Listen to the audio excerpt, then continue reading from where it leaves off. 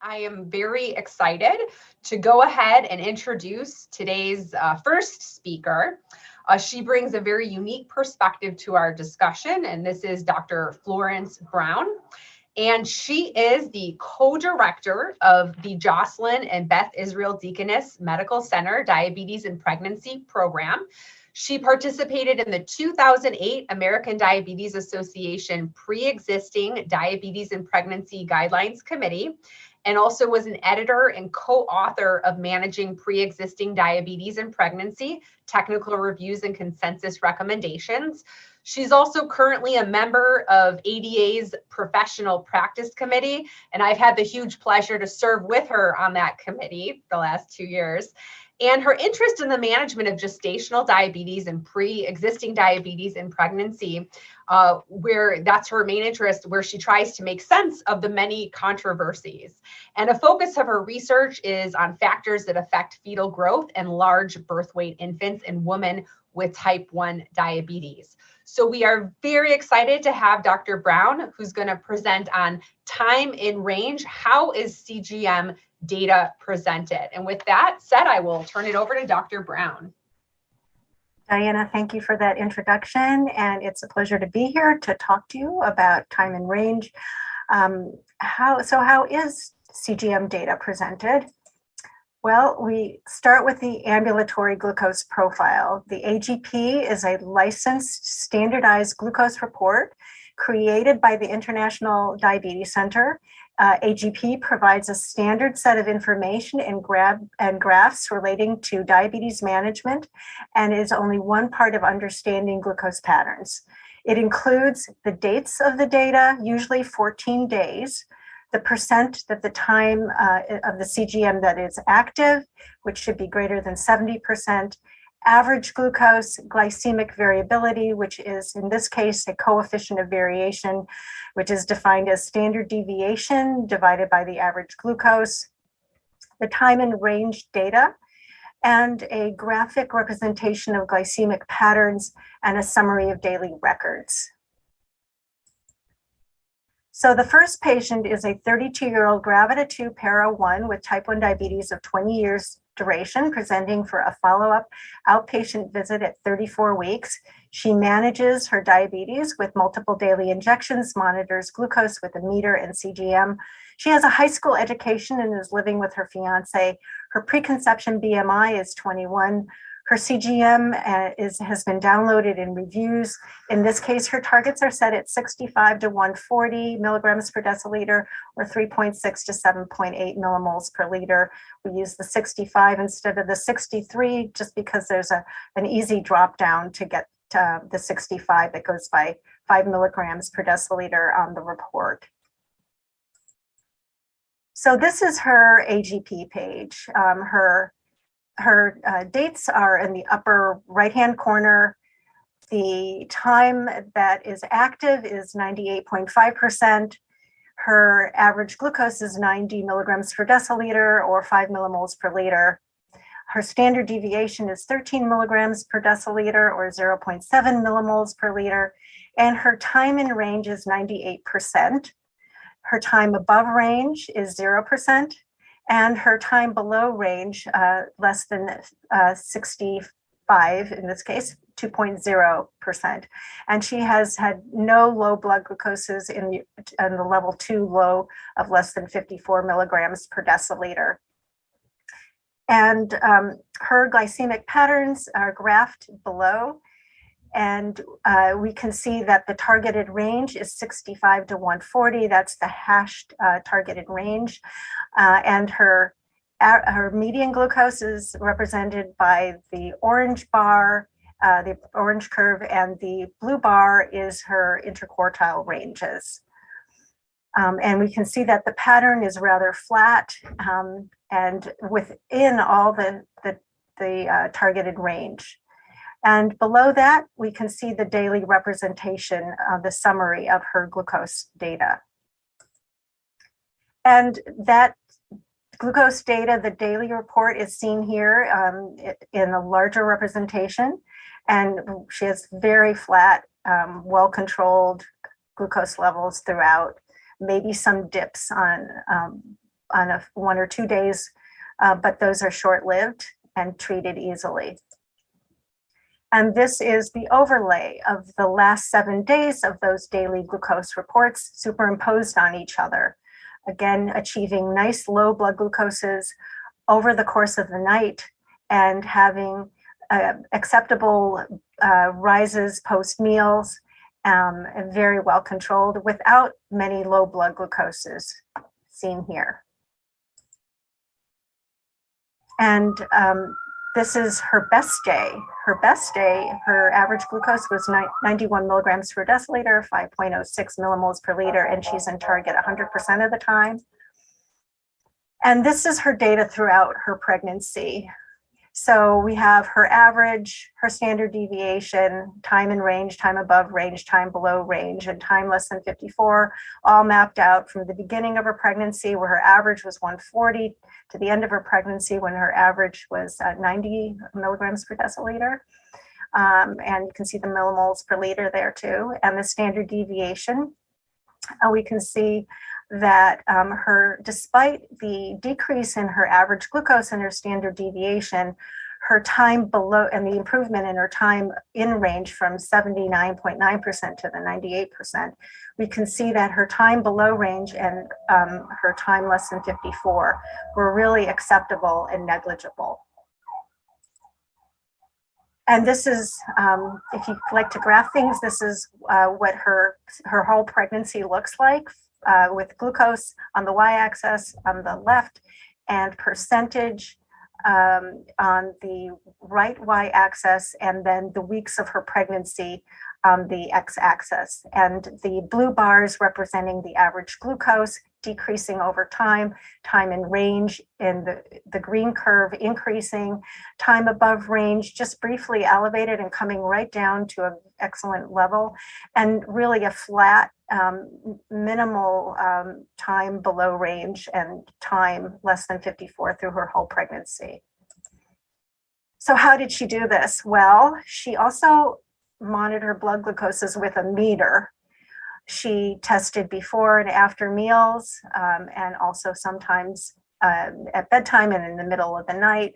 And she kept a detailed record of her glucose levels and wrote down her basal insulins, which she was taking twice a day, and her mealtime insulin based on insulin to carb ratios. And she adjusted her insulin doses based on the patterns that she was seeing. And she also pre-bolused 10 to 15 minutes before her meals. She did not give extra correction boluses, and she waited several days before she saw a pattern before adjusting her insulin doses. And she managed her diet by consuming healthy carbohydrates that were low glycemic index, high fiber, unprocessed carbohydrates that she paired with proteins and healthy fats. And she checked in with her care team regularly and often for each of the decisions that she was making to adjust her insulin doses. So the international consensus on time in range recommends certain clinical targets for continuous glucose monitoring data. And what is time in range and what are the targets? Well, time in range is the percentage of time that a person spends in the target glucose range. And this is different from non-pregnant adults to pregnant women with type 1 diabetes. And the time in range for non-pregnant adults is 70 to 180, but for pregnant women, it's 63 to 140, and that's 3.5 to 7.8 millimoles per liter. The time above range is 180 to 250, 10.1 to 13.9 millimoles per liter. And for pregnancy greater than 140 is considered above target, 140 milligrams per deciliter, and that would be 7.8 millimoles per liter.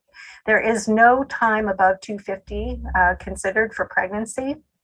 Time below range for non-pregnant adults is 64 to 69 milligrams per deciliter, 3.0 to 3.8 millimoles per liter.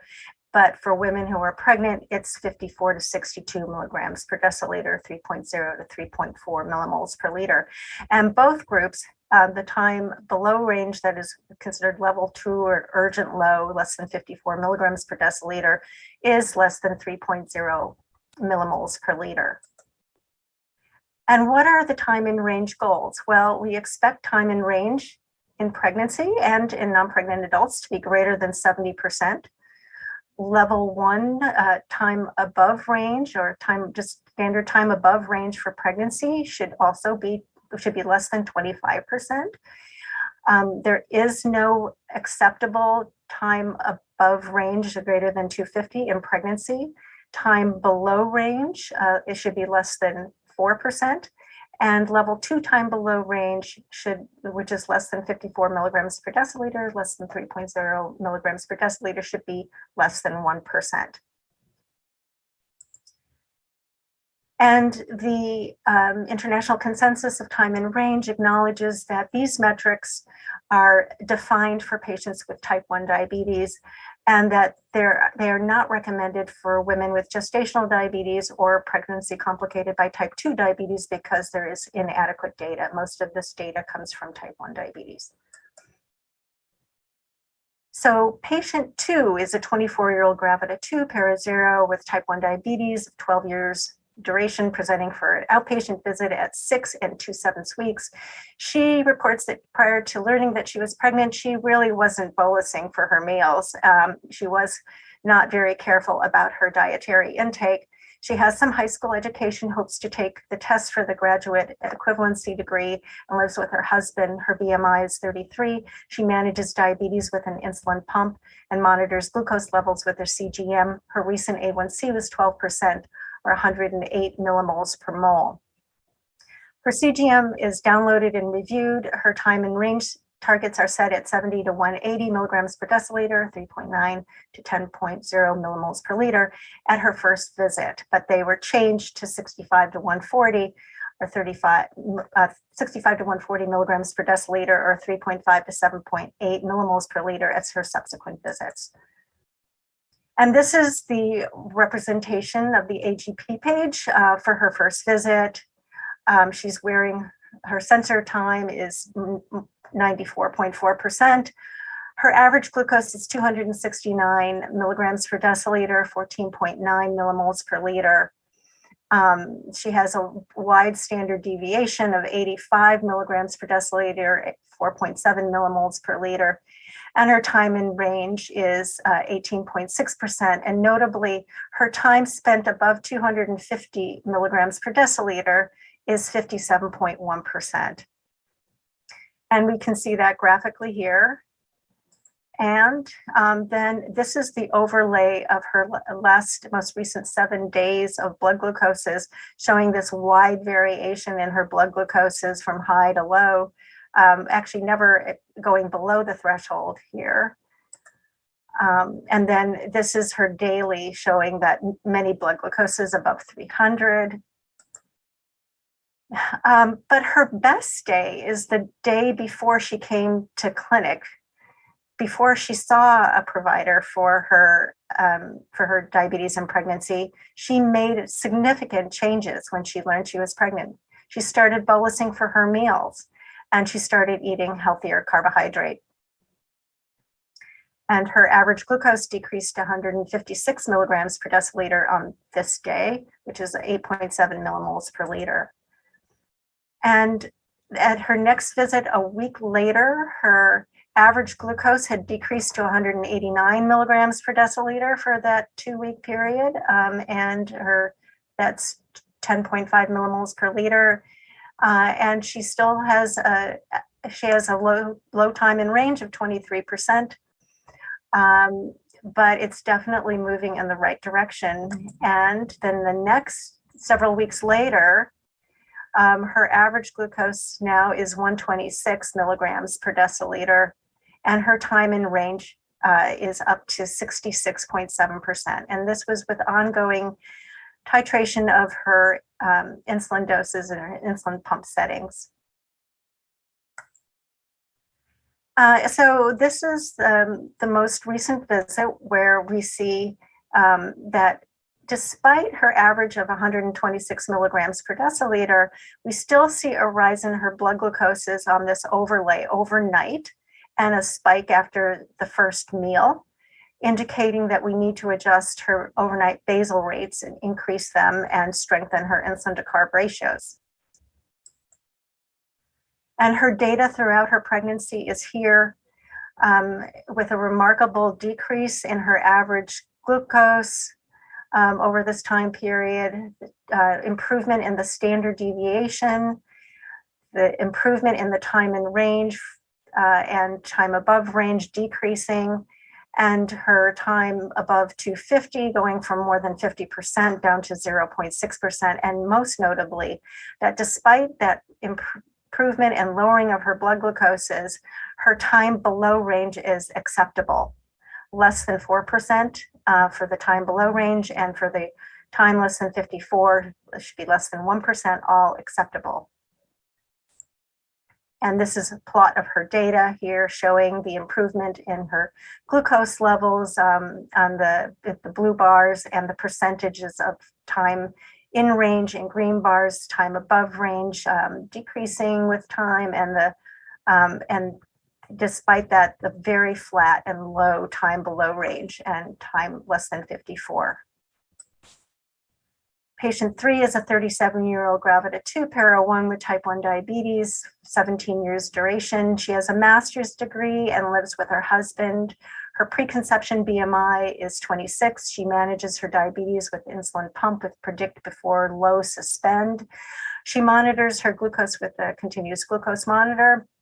Her CGM targets are 65 to 140 or 3.5 to 7.8 millimoles per liter. And she had a recent hemoglobin A1C of 4.6% or 27 millimoles per liter.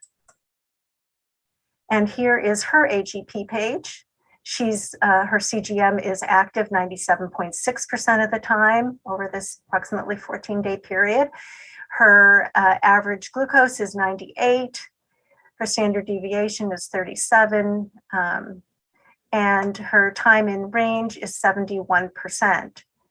Her time above range is 13.1%. And so that looks pretty good.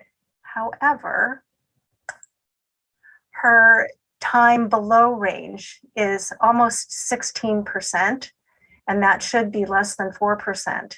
And her time spent less than 54 milligrams per deciliter is 8.2%. And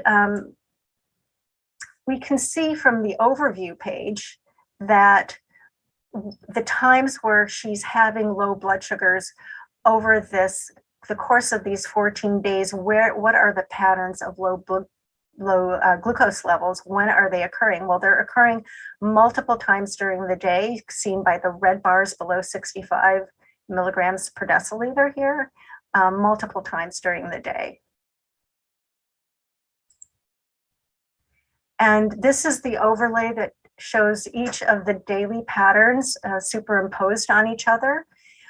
We can see patterns of high, low, high, low, high, low, frequent and prolonged amounts of time spent below the target range multiple times during the day, and really not responding to these low blood glucoses quickly.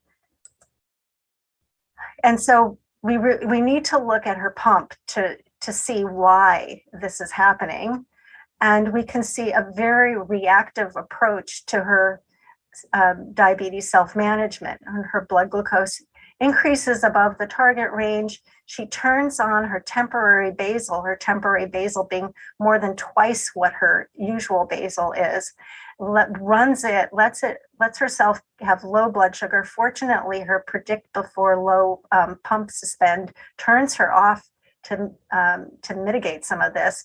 Her blood glucoses climb in the morning, probably due to a missed bolus for her breakfast. She corrects with a bolus, and then about an hour and a half later, she gives another bolus, plus she's turned on her temporary basal. Needless to say, she drops low again. She gives a bolus for her lunch meal around noontime. Doesn't trust that she gave the right bolus, so gives phantom carbs of 20 additional grams. Her blood sugars stay quite low, and fortunately, again, her pump is turning off her basal. And then she spikes up again later in the afternoon, probably because she didn't adequately cover her meal initially, and then realizes that she didn't do this and gives some extra carbs and some phantom carbs, and then turns on her temporary basal again. And this is a pattern that just is repeating itself constantly. It's, again, very reactive pattern. So this is her data throughout pregnancy. Average glucoses are reasonable. Standard deviation is reasonable. Her time in range is acceptable. Her time above range is good, but her time below range is consistently high, and it's very difficult for her providers, me in particular, to get her to change this pattern that she's doing. Her time below range is dangerously high. And here is her weeks of pregnancy that we've been following her, and her glucose levels, again, acceptable, time in range acceptable, but very high curves for her time below range and time less than 54 milligrams per deciliter. So I'd like to just move on to accuracy of CGM, not just in pregnancy, but just in general. The best meters are more accurate than CGMs, and that's because they're expected to be so. The International Organization for Standardization expects meter accuracy to be plus or minus 15 milligrams per deciliter for blood glucoses less than or equal to 100 milligrams per deciliter, and for blood glucoses greater than 100 milligrams per deciliter for more than 95% of the measurements. CGM accuracy is expected to be plus or minus 20 milligrams per deciliter for glucoses less than or equal to 100 milligrams per deciliter, and greater than 100 milligrams per deciliter for more than 90% of the measurements.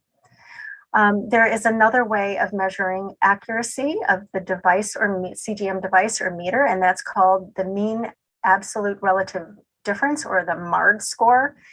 The CGM or meter that is being evaluated is A, and the reference measurement of high accuracy is B, and the MARD score is reported as percentage of comparison of A minus B divided by B times 100%. And so the best top meters, top 7 meters, have achieved MARD scores of 5.6 to 8.2%. And yet CGMs are lagging behind in accuracy, 8.7 to 9.8% here.